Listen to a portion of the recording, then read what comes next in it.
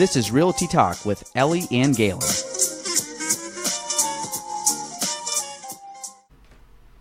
Welcome to episode 13 of Realty Talk with Ellie and Galen. We are back, week number 13.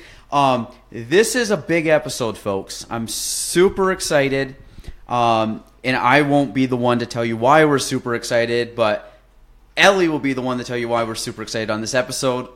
Ellie, why are we super excited for this episode?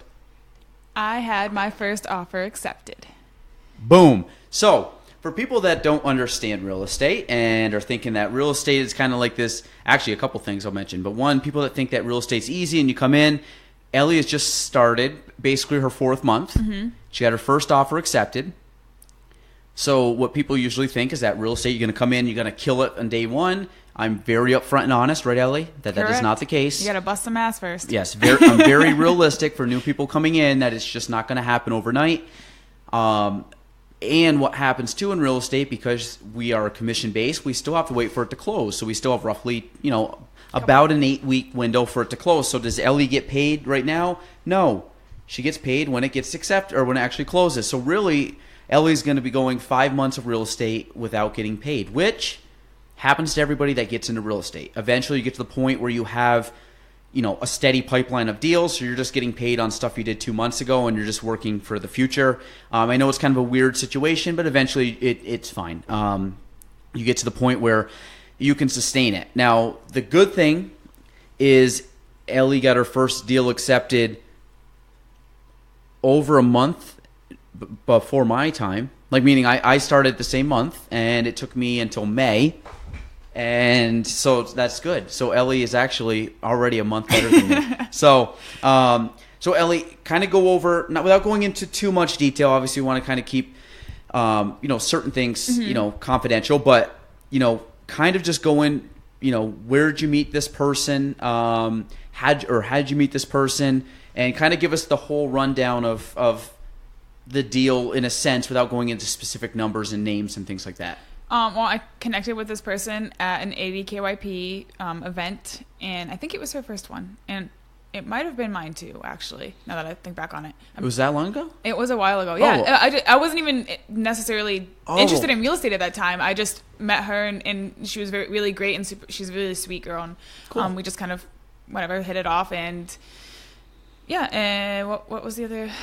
So you met her at 80 KYP, so in networking, which I've said is very important. And what is the and then kind of give us your experience so far on the deal, because I think I can put it mildly, you were stressed. I was a little stressed. Yes, just I know a lot of basic stuff and I know a lot of laws, but the actual step-by-step process. So I'm just going to slide right into this. I am very annoyed with the course that I spent. The 72-hour course is very expensive. 75-hour course.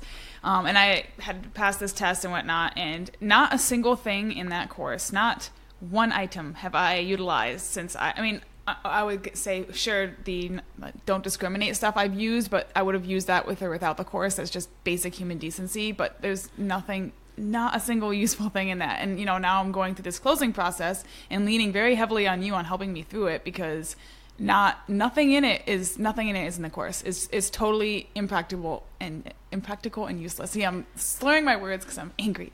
So I'm now going to take this time to rip on the New York State associate salesperson, whatever the name of it's called. I tell everybody that gets into real estate, I said you were taking this course, the 75-hour course, to pass a test that will get you licensed to sell real estate. Will you know how to sell real estate? No. You will learn more in real estate by finding a mentor and shadowing and doing what they do. The course test does not teach you anything. It might introduce you to some terms, but to be fair, half the terms you probably doesn't even really matter if you know it or know the opposite name of something or what it also could be referred to. It talks about real estate law. Yes, there is real estate law involved. You have to know certain types of things, and I believe that is important. Yeah. I believe some of the stuff with agency is important, but stuff on discrimination, don't discriminate. Like, it's very easy to do. Like, you don't need a chapter on not to discriminate. It's like, okay, well, just don't treat people like everybody is equal. Yeah. Then you're good. Guess what? I just, in a sentence, covered that whole topic. Which took like 3 hours to cover and in the course. they will drive that down your throat to death, saying the same thing over and over again. Then they start talking about, I mean, just a lot of just pointless stuff. So you'll take 75 hours. I don't remember anything that was on the course. I didn't know anything about real estate when I took the course. And to be honest, I went and took the test, passed the test, and then I was like, I don't know anything that I'm doing. So you learn by doing. And they don't teach you how to fill out a contract. They don't teach you the steps to get a contract accepted. They don't teach you about negotiating. They don't teach you about pretty much anything that is important and worth knowing. Yeah. Stuff I do day to day is not on the course. Like, and guess what? I somehow have done pretty well in real estate because I've learned the stuff that you have to learn, and that's what I want to teach. So I'm trying to teach Ellie not to do the same, not basically the learning curve I had, just kind of wipe that by a few years so you can excel or speed up the process. You're already a month ahead of me, so I guess that's a win for both of us. But to me, the New York State test, we had a girl in here today kind of shadowing with me. She said the same thing. She goes, I'm taking all these notes, and I'm really trying to learn, all this stuff. And I told her, I said, learn it, pass the test. But I said, you're going to learn more literally by sitting down next to me, going on appointments with me, having me explain what I'm doing, my thought process, my psychology behind what I'm doing and saying and everything, more so than taking an online test. Even if you were in the class test, I think a class teacher would be better because they could expand on stuff and say, well, this you could do this and this. When you're taking a 75-hour online course, very limited, not going to teach you to be successful. The successful people are the ones that know how to connect with people, know how to help people, and filling out a contract and stuff like that. That's easy to learn. Yeah. But it's trying to talk people through contracts and negotiating and strategy. And I really think as a real estate agent or realtor, I would say I have a pretty damn close master's degree in psychology. Yeah. I mean, 9 years of talking to people. I mean, I've talked to people, spouses has major health concerns, maybe is, in the process of, probably not making it, or people going through divorces, or people losing, a loved one and have to sell, or lost a job, or, I mean, like, then you have the happy ones. Hey, we're expanding our family. We're having an extra kid. We need a bigger house. Those are great. Those are happy. But you get the sad ones, and it's just stuff you gotta, be able to navigate all that stuff, and you got to stay kind of level-headed and not too emotionally inclined. When offers don't get accepted, I feel for the people 100%, but I can't be emotionally tied up into I gotta be the one that's going off of, more. I say like logic, but I gotta stay a little more distant from the emotional aspect of it because they need me to help them secure the next one. So it is what it is. Didn't work out. What can we do now? What's our reaction going to be, and how can we move forward? That's the kind of stuff that's important. Then at the same time, we just had someone just called me up and said, hey, we got to get a deal done.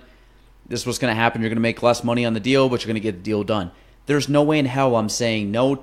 I'm not gonna, we're not gonna work on our end because I want these people to get home. Yeah, absolutely. To be honest, like, you do the right thing, money's gonna come. I'm not motivated by money in the least. I really could care less about that.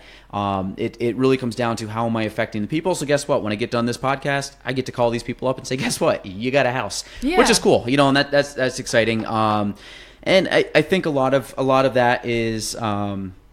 That's the stuff you don't learn in the course, but that's the stuff that is very rewarding. I think we had a good conversation with the young man that was here before we started the podcast about that. Yeah. I think that's right. The New York State course, I'm very saddened by what they teach because I think it could be a lot better. Beneficial, I think, for people. But at the same token, I think I'm super excited because Ellie is now – I actually picked up – I don't know why we got a paper contract. We don't usually use paper contracts, but the agent, old school, love him. But he's very nice. Old school. Yeah. But a contract that had Ellie Gent on, or Elizabeth Gent on it. Aww. Very formal.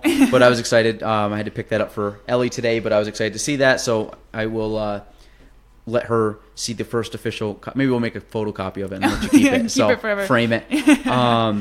But no, that's exciting. So, I guess what was kind of your other experience? You're starting to learn the contract aspects. You can learn how it can be kind of stressful because you were in a multiple offer. And I mean, I will say, I think if I had gotten into real estate alone, I would have given up by now, because I would just been absolutely overwhelmed by the amount of stuff I don't know. And I also, I mean, went into this, this closing process with certain blank spots, not knowing, but a lot of it was already filled in just because I've been shadowing you for so long. Even before I had my license, I was shadowing you, and that is just incredibly helpful. And I think if anyone is looking to get into real estate, the absolute number one most important thing is finding someone who's going to back you up, because this is not something that I would be able to do alone at all. It's tough. Yeah. And I don't, and it's something that I mean, obviously I've been in it for a while, so but it's not, there's a lot of times where I was like, I don't know if I'll be able to make it. Yep. It's stressful. It's like, there's times you're trying to, commission based, and it's like, hey, money's kind of tight. Hey, I don't know. Like, we got to kind of figure out stuff here because we don't have a lot of money to do stuff. Yeah. That's like a very common thing in when you're getting started in real estate. Like it's,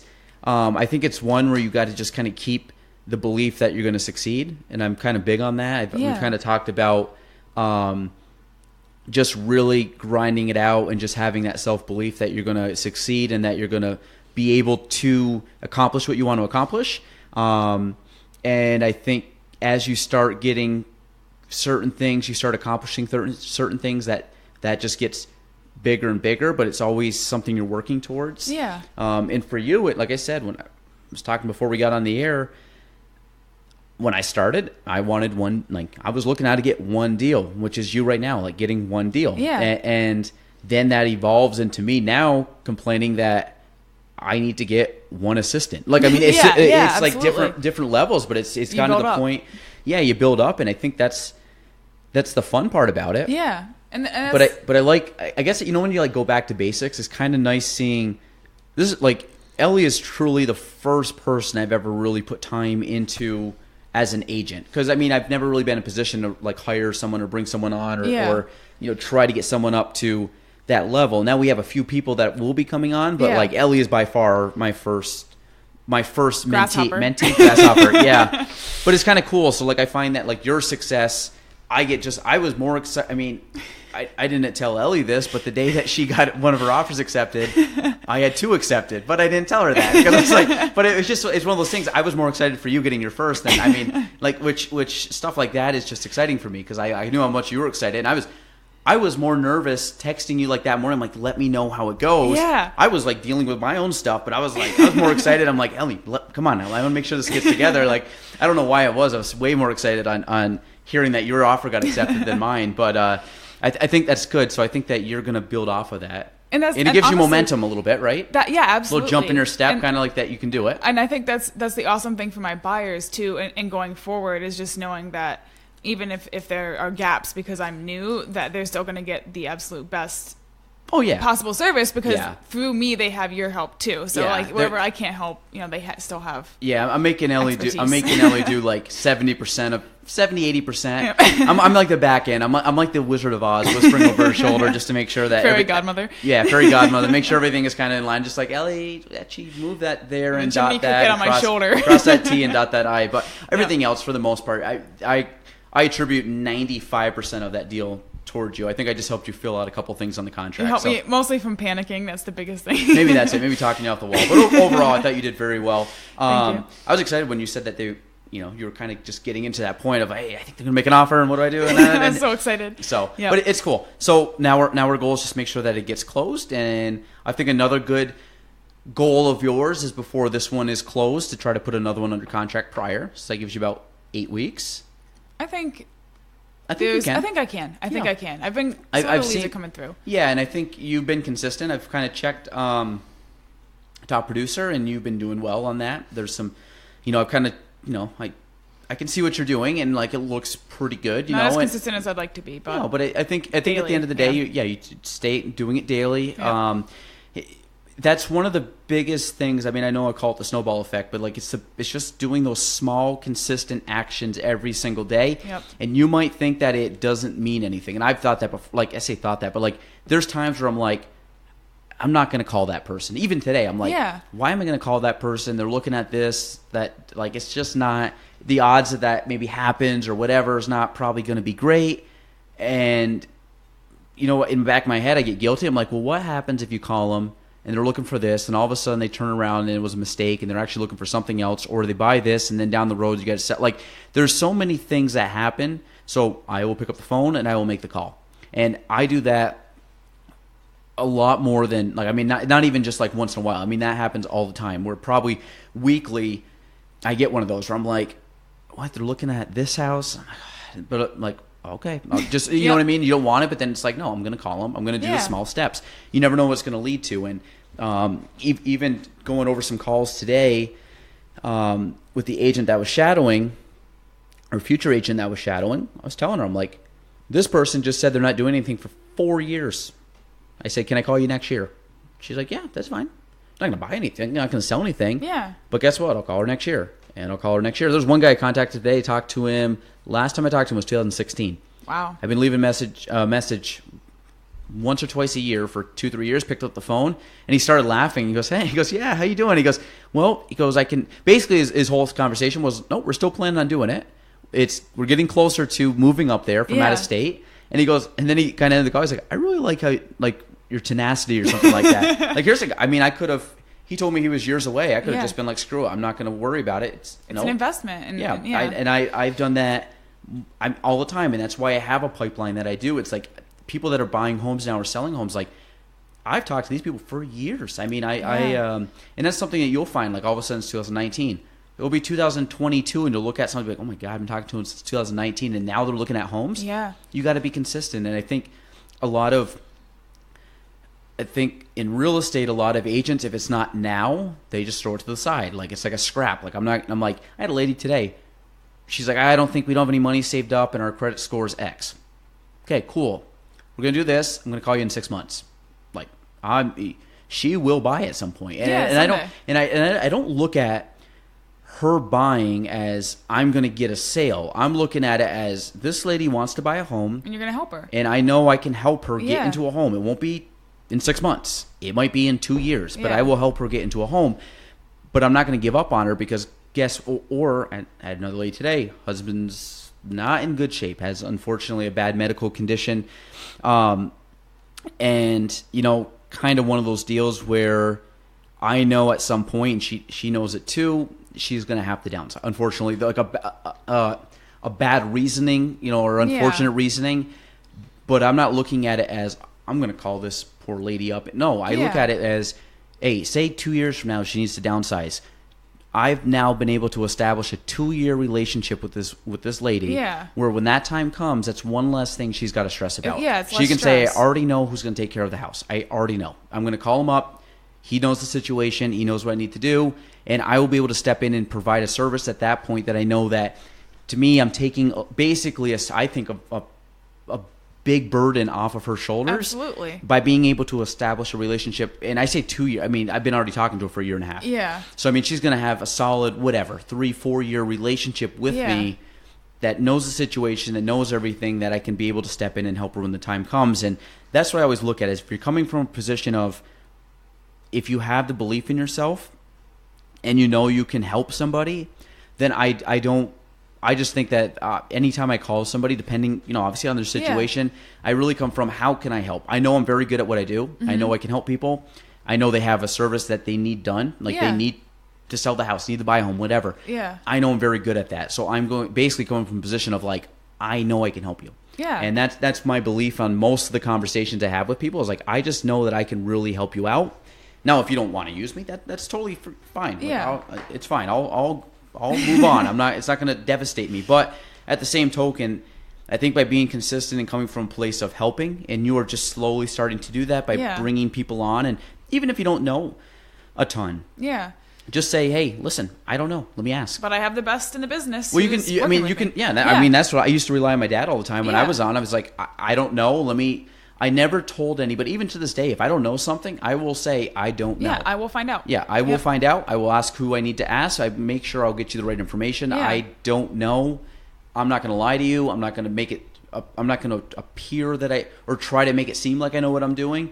Like, I'm going to be straight up honest. I don't know. Let me figure it out. I mean, there's stuff today that I'm like, probably should know that. I don't know it, though. Let me check on it. So, Ellie, is there anything else that you want to touch upon today? Yeah, I just want to say for people who are listening who think that Galen's full of a bunch of hoopla, that I know for a fact that he has given up on commissions and stuff in order to help out buyers or sellers, and that it really is important for him about helping people, and that is part of the reason that I like working at Kavanaugh.